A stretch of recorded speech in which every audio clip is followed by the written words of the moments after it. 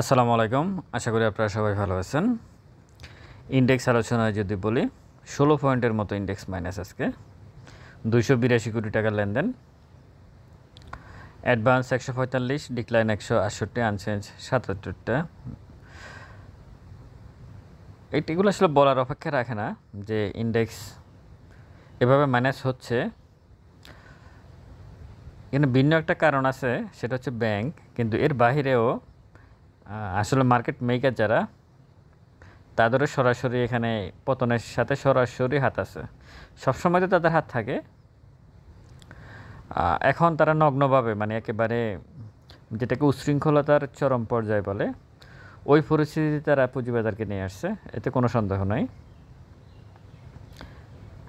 282 কোটি টাকার লেনদেন, এটা আসলে এখন অনেকে বলার চেষ্টা করবে যে গতকালকের থেকে অনেকগুলো টকশোতে আসবে, গতকালকের থেকে কিছুটা বেড়েছে। এগুলো হচ্ছে ভাওতাবাজি।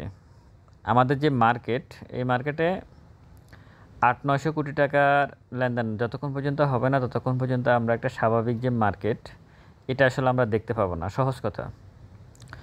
যাই হোক, টপে হচ্ছে বিবিএস কেবল, নাহি aluminium, standard insurance.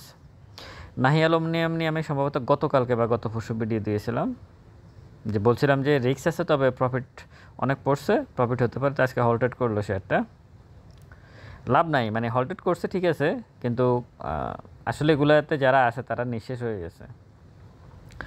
লুজারে BRAC Bank, One Bank, NRB Bank, South Bangla Agricultural Bank, United Commercial Bank, ব্যাংকগুলো হচ্ছে মূলত ওয়ান ব্যাংক ডিভিডেন্ড ডিক্লেয়ার করছে, তাতেই 7% কমে গেছে। নো ডিভিডেন্ড ঘোষণা করছে ওয়ান ব্যাংক। ব্র্যাক ব্যাংকের সম্ভবত রেকর্ড ডেট এই সংক্রান্ত কিছু থাকতে পারে, আমি দেখি নাই। ব্যাংকের কারণে মূলত আসলে ইন্ডেক্স পড়ে গেছে একেবারে, মানে পরিষ্কার করে বলা যায়। আর বেলুতে হচ্ছে ওয়ান ব্যাংক, তো নো ডিভিডেন্ড সেটা বললাম। বেলুতে হচ্ছে Square Pharma, BPPL, BRAC Bank, SP Ceramic, Baraka ফতেঙ্গা। আমি বলছিলাম যে বারাকা পাওয়ার এবং বারাকা ফতেঙ্গা যদি প্রাইজ আপ হয় একসাথে হবে। ফুয়াং ফুড, ফুয়াং সিরামিক, তারাও মানে প্রাইজ আপ করলে একসাথেই করে।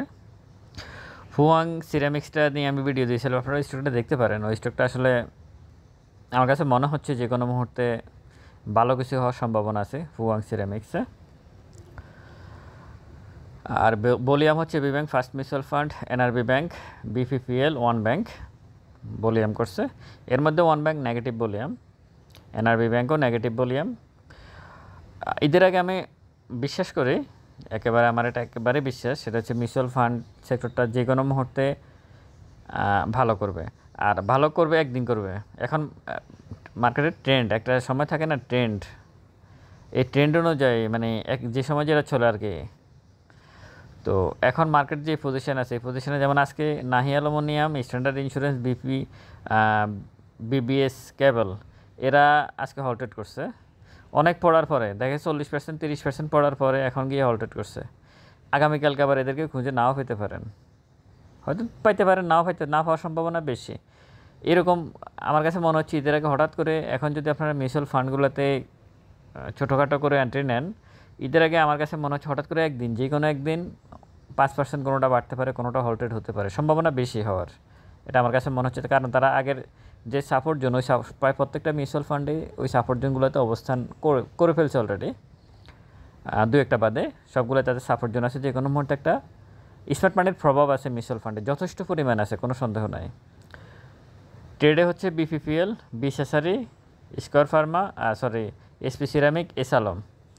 এই যে এসালম, আমি যেটা বলতেছিলাম যে হঠাৎ করে বাড়তেছে 10%, হল্টেড, অনেক শেয়ার কেনার জন্য বসে আছে, আবার নাই।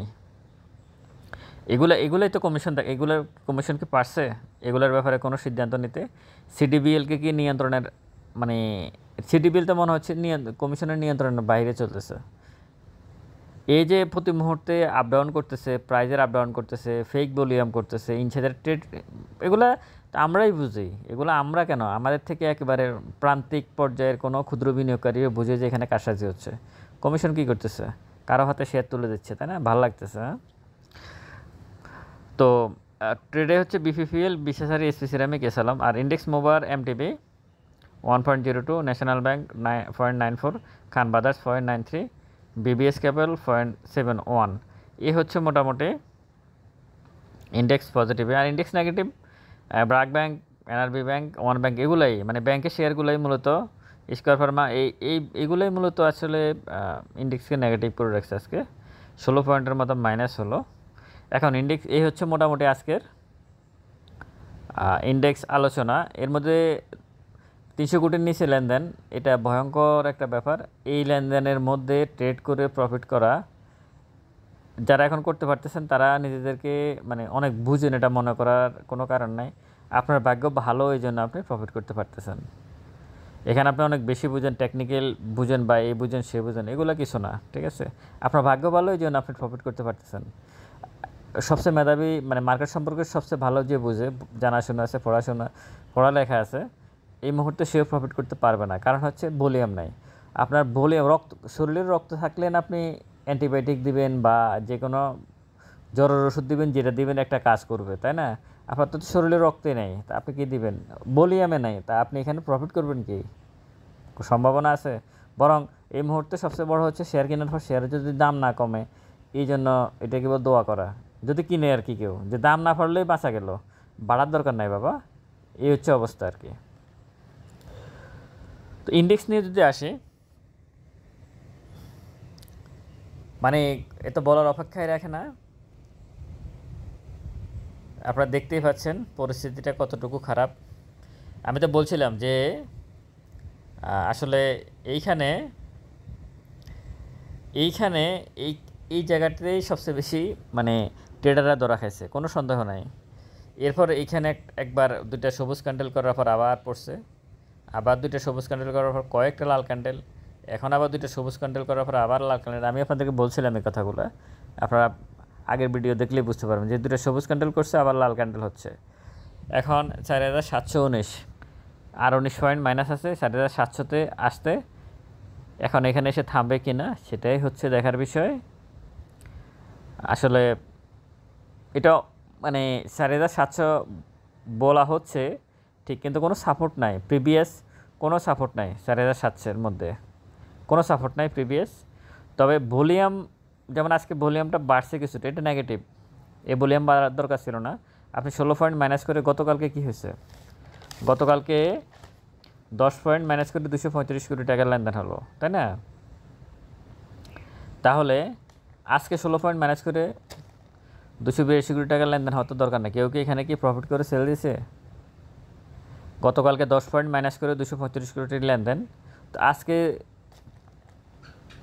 গত পরশুও মাইনাস, গতকালকেও মাইনাস, আজকে তো কেউ প্রফিট করতে যায় নাই। তো আজকে প্রফিট যদি নাই করে, তাহলে আজকে কেন এটাকে কী বলে লেনদেন বাড়ছে? কোনো কারণ আছে?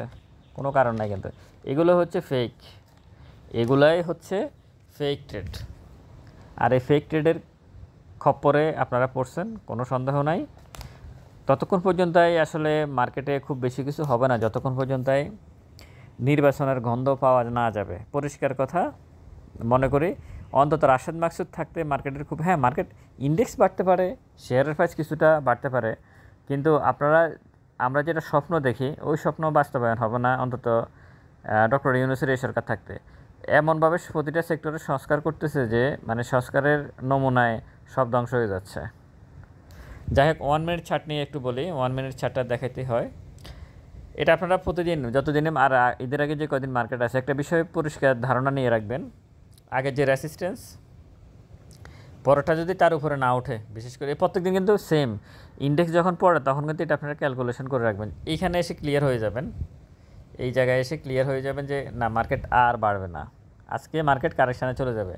আর যদি এখান থেকে এটা উপরে চলে যায়, এখান থেকে পড়ছে উপরে চলে গেছে, তাহলে বুঝবেন যে হ্যাঁ এখান পর্যন্ত যদি আসে, তাহলে বুঝবেন যে না, মার্কেট উপরের দিকে যাওয়ার সম্ভাবনা আছে। আর যদি রেসিস্ট্যান্সটা এখানেই থাকে, এই জায়গায় থাকে, এখানে প্রথমে একটা করলো, তারপর আবার ডাউনে আসলো, তারপর ডাউন আসলো, তারপর আরও ডাউন, তাহলে দিন শেষে এইভাবেই হবে এবং এভাবে হয়ে আসছে। 1 মিনিট ছাটে এইভাবে দেখা যাচ্ছে। আর যদি আমি ভলিউমগুলো একটু বড় করে দেখাতে চাই, সেলটা তো কি বিশাল সেল দেখা যাচ্ছে, একটা রেখা দেখতে পাচ্ছেন লাল রঙের পরিষ্কারভাবে, ভয়ঙ্করভাবে সব লালে লাল এই অবস্থা। তো সাবধানতা অবলম্বন করবেন। ক্যাশ টাকা থাকলে ক্যাশ আসলে হাতে রাখা এই মুহূর্তে উত্তম বলে মনে করি। আমি এর আগে ভিডিও দিয়েছিলাম যে ক্যাশ থাকলে ক্যাশ এই মুহূর্তে হাতে রাখেন।